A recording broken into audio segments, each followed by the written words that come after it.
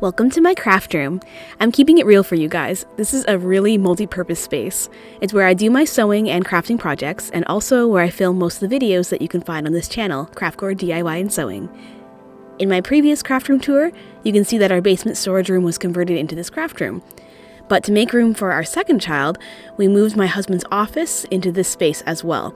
So now this room is part craft room, part office, part storage, part whatever we need it to be. Here's our current layout to help you visualize the space. When you enter the room, on the right there's a lot of our books, sewing machine parts, and miscellaneous supplies. Also, bowling balls. My adjustable plus-size mannequin hangs out here in front. I have a full-size ironing board and a small tabletop one.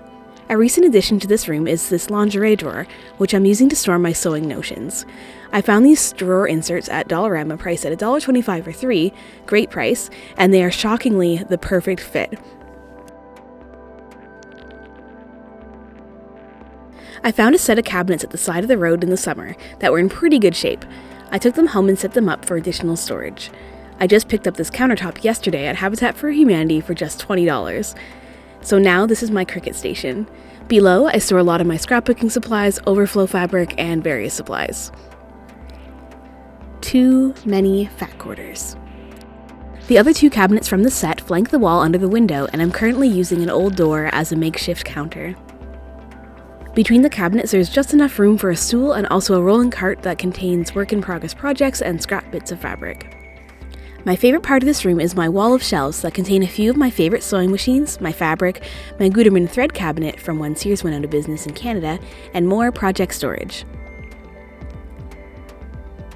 As we turn the corner, you can see my office area where I store my filming equipment and have my computer workstation set up.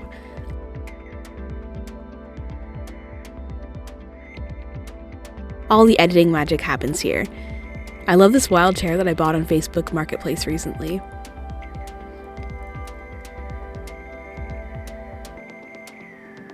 Along this wall, I have my embroidery machine and my photo printer, along with my much neglected machine knitting yarn supply. This enormous L-shaped desk was another great curbside find.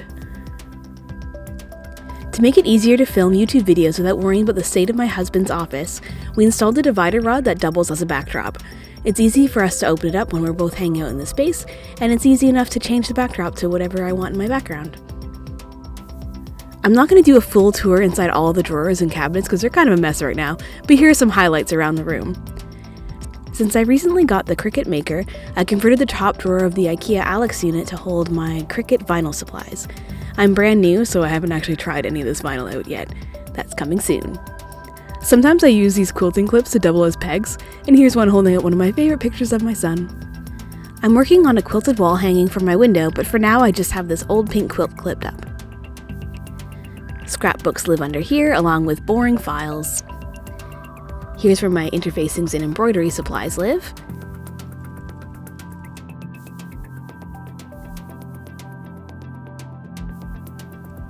My Singer 66 is my go-to sewing machine.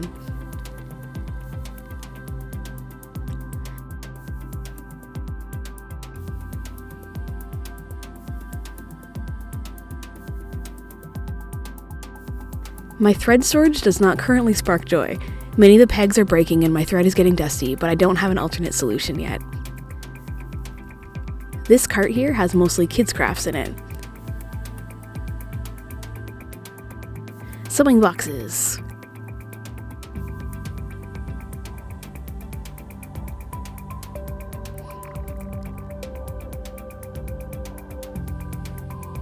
Spinny thing. Paper everywhere. I hope you've enjoyed this tour of my room. If you want to see previous tours, check out my room tours playlist. Please like this video and subscribe so you don't miss the next one. Thanks for watching!